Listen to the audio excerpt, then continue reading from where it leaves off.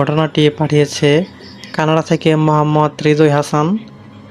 আর এই ঘটনাটি আমার কাছে খুব ভালো লেগেছে, কারণ এটি একটি ভাষাপাড়াকে কেন্দ্র করে ঘটে যাওয়া একটি ঘটনা। যেমন আপনার মধ্যে অনেকে হয়তো চাকরির সুবাদে বা পড়ালেখার কারণে কিন্তু বাসা ভাড়া নিয়ে থাকেন, সেটা হোক পুরাতন বা নতুন। দরকার হলে কিন্তু যে কোনো বাসায় নেওয়া তো প্রয়োজন হয়। তো সেরকম বাসাকে কেন্দ্র করে আজকের এই ঘটনাটি, আশা করি আপনাকে ভালো লাগবে। তিনি যেভাবে আমাকে লিখে পাঠিয়েছেন, আমি আপনাদের সেভাবেই পড়ে শোনার চেষ্টা করছি। তো শুরু করছে আমাদের আজকের এই ঘটনা। তো প্রথমে লিখছে, হ্যালো ভাই, প্রথমে আমার সালাম নেবেন, আশা করি আপনি ভালো আছেন। তো আমার নাম হৃদয় হাসান, বর্তমানে আমি কানাডা আছি, এবং এই ঘটনাটি ঘটেছিল আমার সাথে প্রায় 8 বছর আগে। আমি ঠিক ফুড.com-এ অথবা আপনার দ্য হরর ওয়ার্ল্ড বা অন্যান্য কোনো হরর শোতে আমি এটা শেয়ার করিনি, কারণ আমার ঘটনাটি এর আগে সিলেক্টেড হয়নি, যার কারণে আমি আপনাদের সঙ্গে ঘটনাটি পাঠালাম। তো তখন আসলে আমার বয়স যখন মোটামুটি প্রাপ্তবয়স্ক ছিল, তখন চাকরির সুবাদে আমি এক জায়গা থেকে আরেক জায়গায় বদলি হই। আপনি হয়তো জানেন যে চাকরির প্রমোশন হলে কিন্তু এক জায়গা থেকে বা অন্যান্য কারণে কিন্তু এক জায়গা থেকে অন্য জায়গায় বদলি হতে হয়। তো আমার সাথে এরকমই একটি ঘটনা ঘটেছিল। তো আমার জামালপুর থেকে আমার ময়মনসিংহের কোনো একটা স্থানে, আমি নাম প্রকাশে অনিচ্ছুক জায়গাটার নাম, তো এরকম একটি স্থানে আমার আসলে চাকরির সুবাদে ট্রান্সফার করা হয়। তো আমি প্রথম দিন বাসা খুঁজে পাচ্ছিলাম না। তো আমার বন্ধু আমাকে ঠিকানা দেয়, এই যে এই জায়গায় একটা বাড়ি আছে, পুরাতন বাড়ি, তো এখানে থাকলে ভাড়াটা একটু কম পাওয়া যাবে আর কি। তখন আমার আর্থিক সমস্যা ছিল, যার কারণে ভাবলাম ঠিক আছে, কম টাকার মধ্যে যদি বাসা ভাড়া পাওয়া যায় তাহলে এটা আমার জন্য খুব ভালো হবে। তো যেই কথা সেই কাজ, আমি ময়মনসিংহের উদ্দেশ্যে রওনা দিলাম। আমাদের জামালপুর থেকে যেহেতু ময়মনসিংহ খুব কাছেই, তাই আমি সন্ধ্যার দিকে রওনা দিলাম। তো সেদিন রাস্তায় জ্যাম থাকার কারণে আমার প্রায় 3 থেকে 4 ঘন্টা সময় লাগে সব কিছু মিলিয়ে আর কি, বাসা টাসা খোঁজা থেকে শুরু করে সব মিলিয়ে 3 ঘন্টা সময় লাগে। তো আমি যখন আমার ঠিকানা অনুযায়ী বাসাতে পৌঁছালাম, তখন দেখলাম বাড়িটিও একদম পুরাতন এবং সেই বাড়িতে কেউ নেই। প্রথমে ভাবছিলাম আমি কি ভুল জায়গায় চলে আসলাম নাকি। পরে দেখলাম যে আমার বন্ধুকে কল দিলাম, তো সে বন্ধু বললো যে না, ঠিক জায়গায় এসেছিস, তো এটাই সেই জায়গা। তো আমি আবার আমার যে রুমটা দেওয়া হয়েছিল সেই রুমটা খুঁজতে লাগলাম। তো পাশে যে বাড়ির মালিক হঠাৎ সে গেটটা খুললো। অনেকক্ষণ দাঁড়িয়ে থাকার পরে এবং অনেকবার আর কি করার পরে তো বাসার মালিকটি গেটটা খুললো। তো গেট খোলার পরে সে কিছু না বলে সোজা কথা রুমের দিকে এগোতে লাগলো। আমি তাকে অনেক কিছু জিজ্ঞাসা করলাম, সে আমার উত্তর দিল না।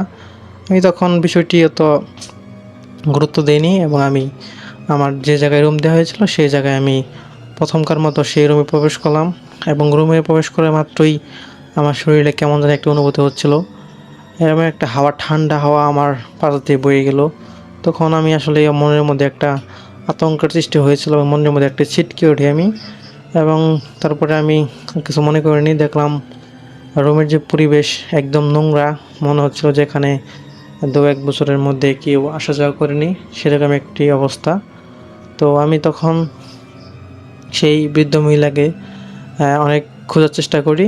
আরেকটা কথা বলতে ভুলে গেছি লিসেনার্স, আমার যে বাসাটা ছিল সেই বাড়িটা ছিল 3 তলা, এবং আমি নিচতলা, একদম নিচতলা, ফ্লোর গ্রাউন্ড যাকে বলে আর কি, সেই নিচতলায় আমি ভাড়া নিই। এবং সে যে বৃদ্ধ মহিলাটি ছিল তার রুমটি ছিল 3য় তলা। তো আমি তাকে 3য় তলায় যাওয়ার পরে অনেকবার নক করি।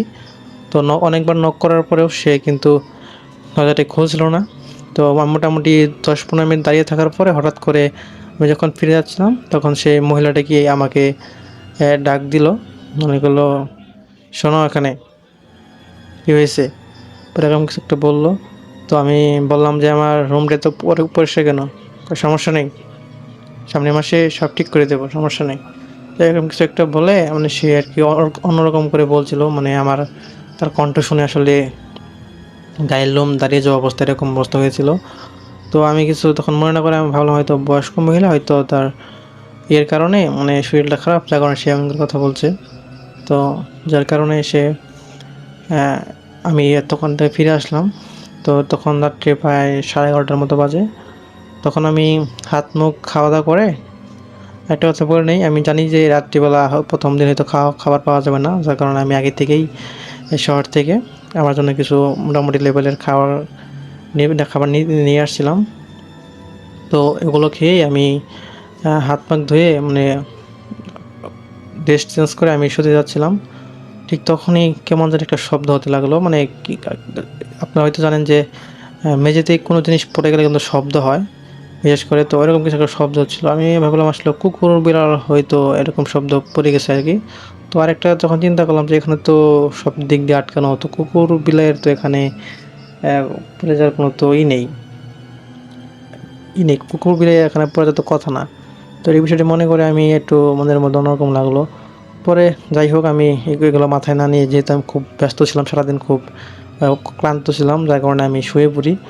তো তখন এক সময় আমার ঘুমটি হঠাৎ করে ভেঙে যায়। তখন মোটামুটি রাত ৩টা নাগাদ হবে।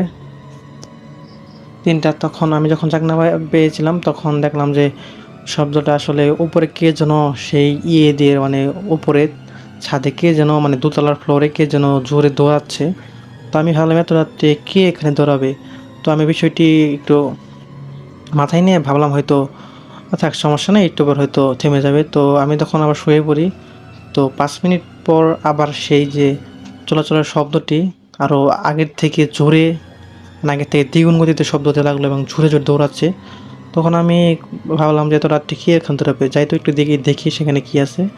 তো আমি তখন সিঁড়ি দিয়ে হাঁটছিলাম। তো সিঁড়ি দিয়ে হাঁটার সময় কী যেন একটা আমার পাশে দৌড় দিয়ে চলে গেলো। তো আমি তখন ভয় পাচ্ছিলাম, মনে মনে ঠিক কোনো কিছু ভয় পাচ্ছিলাম না। তো আমি যখন দোতলা রুমে প্রবেশ করি তখন আমার সেই রুমে ঢোকার প্রথমে যে আমার শরীরের পাশ থেকে ঠান্ডা বাতাস বয়ে গেলো, ঠিক তেমনই আমার শরীরের পাশ দিয়ে কেমন যেন একটা হাওয়া অনুভূত হলো। তো আমি মনের মধ্যে আলাদা একটা ভয় কাজ করছিল যে এত রাত্রে এখানে কে দৌড়াচ্ছে। আর একটা কথা বলে নিই, আমি রুমে প্রবেশ করার সঙ্গে সঙ্গে সেখানকার যে এই শব্দটা অনেক ক্ষেত্রে কমে গেল, কিন্তু আমার যে মানে রুমের মধ্যে যে একটা অনুভব যে এখানে কেউ আছে, সেটা আমি অনুভব করতে লাগলাম।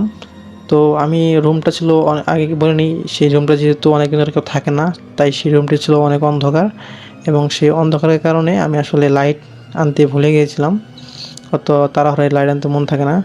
তো যেহেতু বারান্দায় আলো ছিল, সেক্ষেত্রে আমি অত প্রয়োজন মনে করিনি। তো দেখি রুমটি অনেক অন্ধকার। তো অন্ধকার রুমে আমি আসলে কিছু দেখতে পেলাম না। তো হুট করে আমি একটু লক্ষ্য করলাম যে এক পাশ দিয়ে কী যেন আলো আসতেছে। তো আলোটি আসলে কী সেটা বুঝতে পারলাম না, কিন্তু দেখতে পেলাম যে তার যে চোখ রয়েছে, মানে চোখ দিয়ে লাল বর্ণের যে একটা আলো রয়েছে, রশ্মি দেখা যায় আর কি। মানে আপনি হয়তো ছোটোবেলায় অনেক খেলনা জিনিস দেখে থাকবেন যে লাল রঙের রশ্মি বের হয়, সেরকম একটা লাল রঙের মানে কীরকম একটা যেন আলো বেরোচ্ছে। তো সেটাই প্রথমে বুঝলাম না আসলে কিসের আলো। তো অনেকক্ষণ লক্ষ্য করার পর দেখতে পেলাম একটি বীভৎস আকৃতির, আসলে এটি পশুও না, এটা আসলে মানুষও না, এরকম পুরা শরীরে লোম, কালো কালো লোম, এরকম একটা বস্তু আমার দিকে উল্টো দিকে বসে রয়েছে। তো উল্টো দিকে বলতে মানে তার শরীর উল্টো দিকে, কিন্তু তার ঘাড়টা এলো এই দিকে আমার দিকে। তো এটি দেখে আমি আসলে কী করবো, আমি কিছুই করতে পারছিলাম না। এবং সে জোরে জোরে শ্বাস নিতে লাগলো, যে মানে একটা অন্যরকম একটা সাউন্ড করতে লাগলো, ফিস ফিস এরকম কিছু একটা সাউন্ড করতে লাগলো। এবং আমি এটি শোনার পরে আমি আসলে কী রেখে আমি জোরে একটা সঙ্গে সঙ্গে রুম থেকে দৌড়ে চলে আসলাম। এবং আমি আসলে যেখান দিয়ে এসেছিলাম অন্ধকারের মধ্যে, তখন দৌড় দিয়ে আমি নিচতলায় এসে পড়ি। তো তখন এসে পরে আমি আসলে দরজা রুমটুম আটকিয়ে তখন আমি ঘুমিয়ে পড়ি। তো ঘুমিয়ে পড়ার পরে আসলে কী হয়েছিল তখন ঠিক আমার মনে ছিল না। তো তখন প্রায় সকাল, আমি সকালে যেহেতু আমার খুব সকালে সম্ভবত 8টার দিকে যেহেতু আমার অফিস ছিল, ঘুম থেকে উঠে সঙ্গে সঙ্গে কিছু না খেয়ে আমি আমার অফিসে চলে যাই। তো অফিসে থেকে আসার পরে তখন মোটামুটি আমি যেহেতু ওভারনাইট করি, অর্থাৎ ওভার ডিউটি করি, ওভার টাইম করি, যার কারণে আমি আসলে তখন রাত প্রায় 9টা বাজে তখন বাসায় ফিরি। তো বাসায় ফিরে পড়ার পরে আমার যেখানে যে রেঁধে বেঁধেই আমি যে কাজের বুয়া রয়েছে, সে রেঁধে বেঁধে রেখে গিয়েছিলো। তো সেগুলো খেলাম, খাওয়ার পরে যে হাত মুখ ধুয়ে তখন আমি যেহেতু প্রচণ্ড ক্লান্ত ছিলাম ওভার টাইম করার কারণে, তো আমি সেদিনকার মতো 11টার দিক দিয়ে ঘুমিয়ে যাই। তো 11টায় ঘুমিয়ে যাওয়ার পরে সেদিন রাত্রে কোনো আমি লক্ষ্য করিনি, কোনো কিছু অদ্ভুত কিছু লক্ষ্য করিনি। কিন্তু যখন ঠিক 3টা বাজে, ঠিক সেই সময়ে আবার প্রথম দিনকার মতো তৃতীয় দিনও মেঝেতে, অর্থাৎ তৃতীয় তলার মেঝে থেকে যেন শব্দ করছিল, এবং প্রথম দিনের থেকে দ্বিতীয় দিনের যে শব্দটা সেটি ছিল দ্বিগুণ পরিমাণে। তো যার কারণে আমি আবারও সেখানে যাই, এবং দ্বিতীয় দিনে আমি হাতে টর্চ লাইট নিয়ে গিয়েছিলাম, এবং লাইট নিয়ে যাওয়ার পর আমি ক্রমশ খুব তাড়াতাড়ি সেই দোতলার দিকে এগোতে লাগলাম। তো এগিয়ে যাওয়ার পরে আমি যখন সেই রুমে প্রবেশ করলাম, তো দেখতে পেলাম গতকালের সেই অবয়বটি সেই একই স্থানে, সেই একই জায়গায়, সেই একই রঙের অবয়বটি আমার দিকে তাকিয়ে আছে, এবং আমি রুমে ঢোকা মাত্রই সে আমার দিকে অনেকক্ষণ যাবৎ তাকিয়েছিল। তো আমি এটি দেখে আমি আসলে কী করব সে ভয় পাচ্ছিলাম, আমার পুরো শরীর ঠান্ডা হয়ে গেছিলো, এবং আমি সেখান থেকে এক মুহূর্ত নড়তে পারছিলাম না। আমি শুধু দেখলাম তার শরীরে বড় বড় লোম, এবং শরীর এত বড় বড় লোম, তার শরীরের যে কী রঙ সেটা দেখা যাচ্ছে না, এবং তার নখ ছিল বড় বড়, এবং তার যে হাত পা আছে নাকি নাই সেটা আমি দেখতে পেলাম না, মানে এত ছিল সে, এবং সে লম্বাই ছিল অনেক উঁচু। তো আমি এটি দেখে চিৎকার দিয়ে সে প্রথম দিনের মতো অজ্ঞান হয়ে যাই। তো এরপর কিছু আমার মনে থাকে না। তো সকালবেলা আমি যখন অজ্ঞান যাওয়ার পরে আমি যখন আমার জ্ঞান ফিরে, তখন আমি দেখি যে আমি দ্বিতীয় তলায় ছিলাম, কিন্তু আমি আমার যে একতলা নিচতলা সেই নিচতলায় এসে পড়েছি। তো এগিয়ে দেখার পরে আমি আসলে ভাবলাম যে আমি তো উপরে ছিলাম, তো আমি নিচে আসলাম কীভাবে, এবং আমি লক্ষ্য করলাম যে আমার শরীরে বেশ কিছু জায়গায় আঁচড়ের দাগ রয়েছে। যে কেউ আঁচড় দিলে যেমন দাগ দেয় তার চেয়ে অনেক দ্বিগুণ পরিমাণে, যেমন কোনো জন্তু পশু আমাকে আঁচড় দিয়েছে এমন দাগ শরীরের মধ্যে এসেছে। তো এই ঘটনার পরে আমি তখন সেই বৃদ্ধ যে মহিলা বাসার মালিক তাকে খুঁজতে যাই। তো সেখানে না পেয়ে আমি তখন আর এক মুহূর্ত দেরি না করে আমি আমার বাসাটি ছেড়ে চলে আসি, এবং চলে আসার পরে পাশে একটি হাফ কিলোমিটার দূরে পাশে একটি চায়ের দোকান ছিল। তো সেই দোকানে চা খাচ্ছিলাম, এবং চা খাওয়ার পরে সেখানে সেই চাচাকে জিজ্ঞেস করলাম যে চাচা এখানে তো আমি ভাড়াটি ভাষা নিয়েছিলাম, এবং তার সাথে আমার সাথে ঘটেছে অসব ঘটনা আমি যে চাচাকে বলি। তো চাচা বলে যে এখানে তো কেউ তো নেই, এখানে বাসার মালিক তো এখানে নেই, এবং বাসার মালিক যে আপনি বৃদ্ধ কথা বলছেন সে তো প্রায় 10 বছর আগে মারা গিয়েছে। তো এসব কথা শুনে আমার আসলে মাথায় বাজ পড়ে যাওয়ার মতো ঘটনা। তো আমি এই ঘটনার পরে আসলে বাড়ি ফিরে আসি, এবং আমি অন্য একটা বাসা করার চেষ্টা করি। তো এই ছিল আমার ঘটনা। আশা করি দর্শকবৃন্দ আপনাদের ভালো লেগেছে। ভালো লাগলে পড়ে শোনাবেন, এবং আজকে আমার কাছে আরও কয়েকটি ঘটনা রয়েছে, আমি সময় পেলে আপনাকে পড়ে শোনাবো। আজকের ঘটনা এ পর্যন্ত। সে ভালো থাকবেন, সুস্থ থাকবেন। আজকের ঘটনা এ পর্যন্ত।